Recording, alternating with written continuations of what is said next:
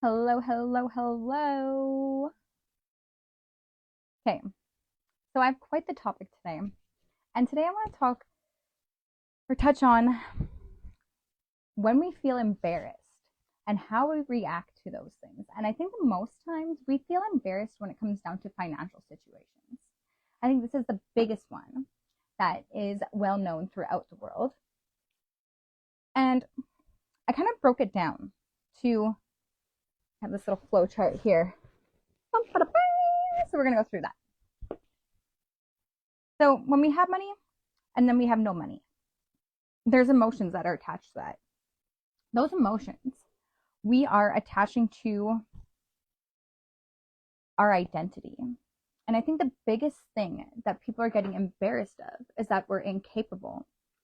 But I would like to mention that identity, mentality, and character have nothing to do with stability. If anything, your stability is dependent on your mentality because it's what you can handle in life. And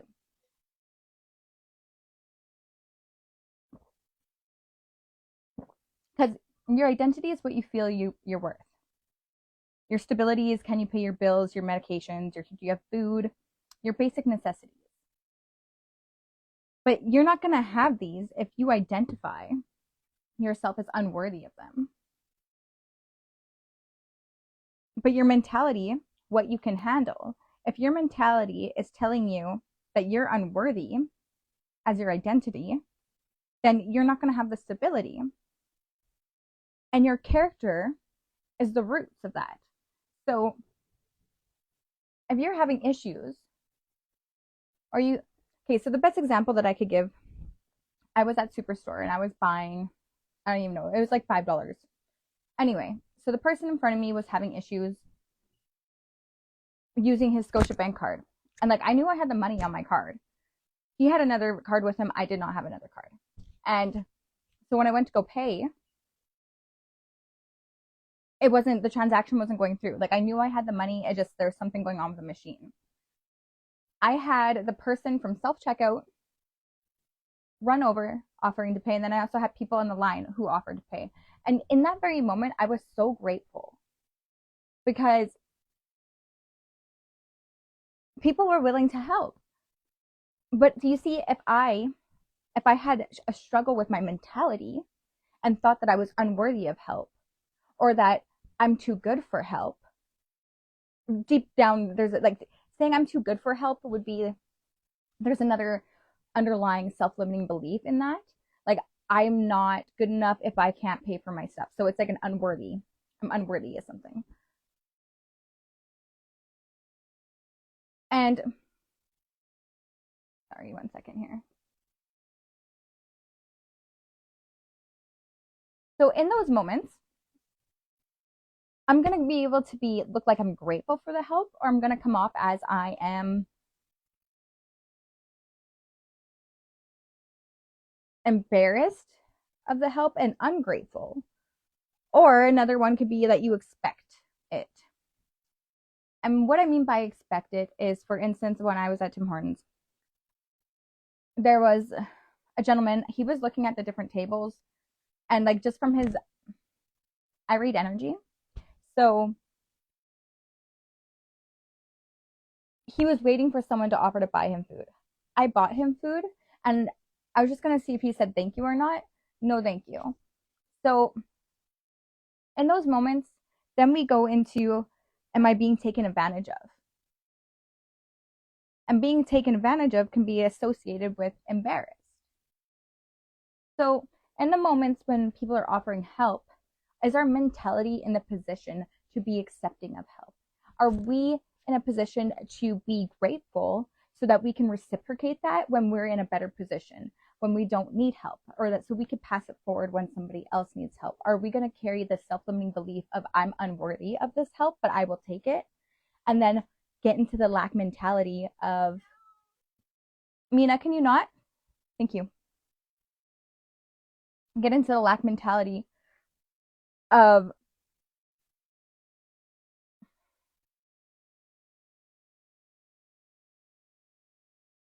like, even if you have a lot of money, You could be in a lack mentality, which means that there's never enough. There's not enough to go around, so I need to hold on to everything and I can't share it. So that's kind of like how that is created. A different side of that lack mentality would be the roots of being unaccepting of help from other people. And if you gain prosperity off of that, somebody helping you, and then you kind of resent and you're embarrassed that somebody had to help you to get a step up in the world, if that's your roots of how you got up, you're never going to understand the synergy that is created off of why people reach out and they're like, hey, I see your potential. I believe in you. I think you have a great idea. Let me help you. Let me get you a step forward in life. That is not something to be taken lightly. And a lot of times when people do this, it can be abuse because people aren't in their seasons yet. Or they don't know how to receive love. They don't know how to receive and appreciate help. And I've been there too. I think we all have been there. As we get out of that, though, from having that experience, what's not going to let you get out of that stage of life would be being embarrassed that somebody had to help you. Or if you expect somebody to help you.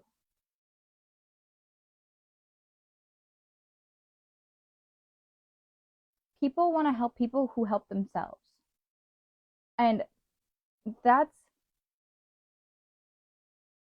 a huge indicator for me. I've got to learn and I've got to experience that there's seasons to that. People could want to help themselves for an hour. People could want to help themselves for a week. And getting on board with their seasons of receiving, if we aren't on board with their seasons of receiving, being on board while they're not on board is actually doing them more harm because we're feeding their coping skills, we're feeding their negative beliefs. And if anything, we're encouraging negative behavior. So anytime that you feel embarrassed or anytime that something comes up for you and you get that feeling of embarrassment, remember who the hell you are and what you've been through. Okay, remember what the journey that you have been on. And it's not to say going into the expecting mentality, but be grateful. And remember to pass it forward for another person that when you are up, you can help them. Because ultimately in this world, especially with how expensive things are today, if we're going to think for ourselves and be embarrassed of whoever helped us get a leg up, you're missing the point of unity. You're missing the point of having someone believe in you. You're missing the point of how powerful it is for someone to say, keep going, and it's okay, I got you. You don't always have to do this for, like, I didn't ask anybody, but it's just, to me, like, that meant so much to me. And those in that very moment, just to see how people, there's still people out there that see that. And it's not as common.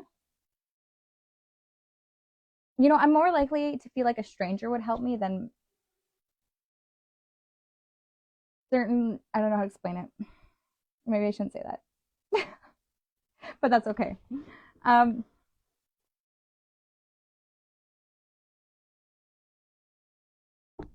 When we identify with our emotions as our identity is not our emotions. Our identity is our character, our mentality, and identity of what you feel you're worth. Stability is a part of that. It's not everything. And everyone's version of stability is going to be different. Again, this comes down to what you feel you're worth. Reprogramming our minds to see the duality of all of our emotions allows us to see the full spectrum of where it comes from. And in this little chart here, I came down to being taken advantage of and embarrassed. So would that be the duality in that situation? For me, I think it might be. Sorry, just give me a minute here.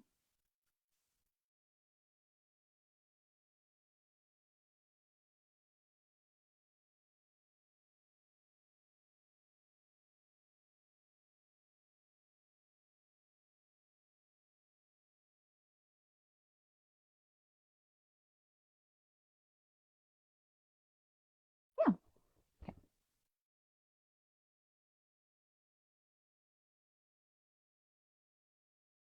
And then there's an embarrassment that comes from inside yourself. So what you think you should be and where you're not, or how things should have gone and it didn't. Obsessing over what shoulda, coulda, woulda takes away from the actual experience and the wholeness of what you're going through. And in an instance where someone helps me, the last thing I'd ever want to be is come off as ungrateful or that I expect the help. Because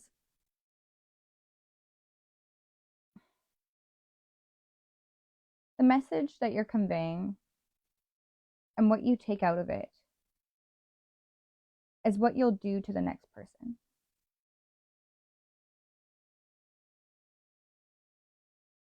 Everyday life, we battle between being taken advantage of and being embarrassed. And that is what drives our footsteps and our decisions forward. What if that wasn't what drove you forward, though? Take into consideration that having boundaries and standards is what safeguards being taken advantage of. Embarrassed, though, that comes from all inside of us. That's completely internal.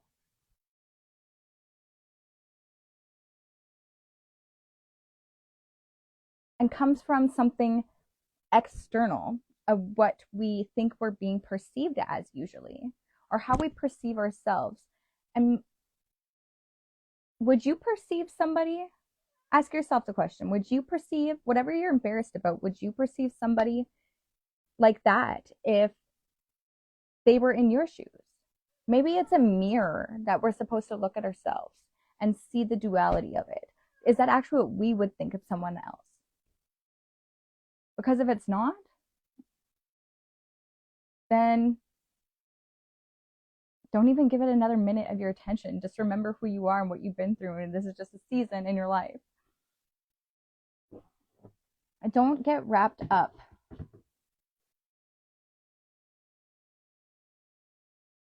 thinking that what you are financially defines identity. Your mentality, your character defines your identity. Because if you have having all the money in the world doesn't mean you're going to be stable. That's dependent on your mentality, what you can handle, what you feel you're worth. Having all the money in the world doesn't bring you happiness either. It gives you options and it gives you choices. But your mentality is going to be what you do with that. What choices you're going to make. Is it going to be self, all for self, or is it going to be for the all? And how you can raise the all. Because if we keep thinking about ourselves,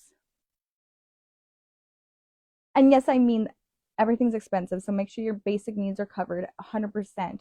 But I mean,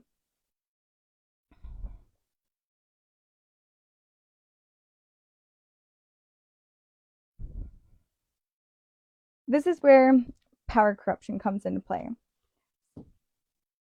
And if you've watched the Stanford Prison Experiment, power has a tendency to get into people's heads. Hey, little cat, can you come see me real quick? Come here. Good girl, Mina. Want cookies?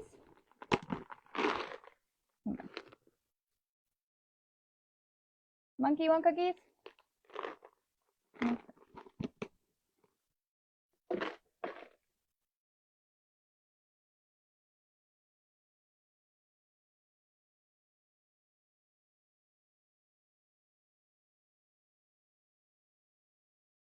Anything could change in a flip of a dime. So imagine the whole entire world all of a sudden changes to a whole new currency, and all the currency that you currently have means nothing.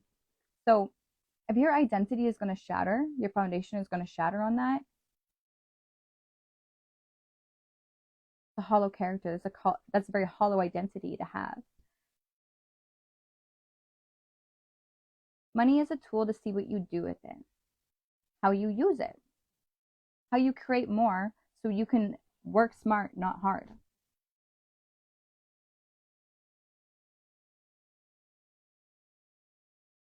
There's a Bible verse in Proverbs that says, do not sell wisdom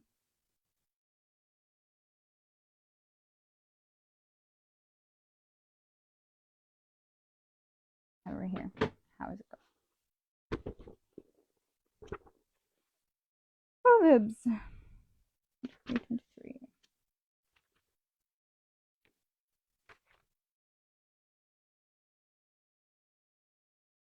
Buy the truth, do not sell it, and also wisdom and instruction and understanding. Your identity, your character, your mentality is where you keep your wisdom, your understanding, your instruction. Stability is a complete separate aspect of that. Stability, having options, what you do with those options is not who you are, but it is a definition of what your mentality and your character is. It is the example, it is the image, the reflection of your roots. And that being said, I'll leave it there. So, peace and love all. Ciao for now.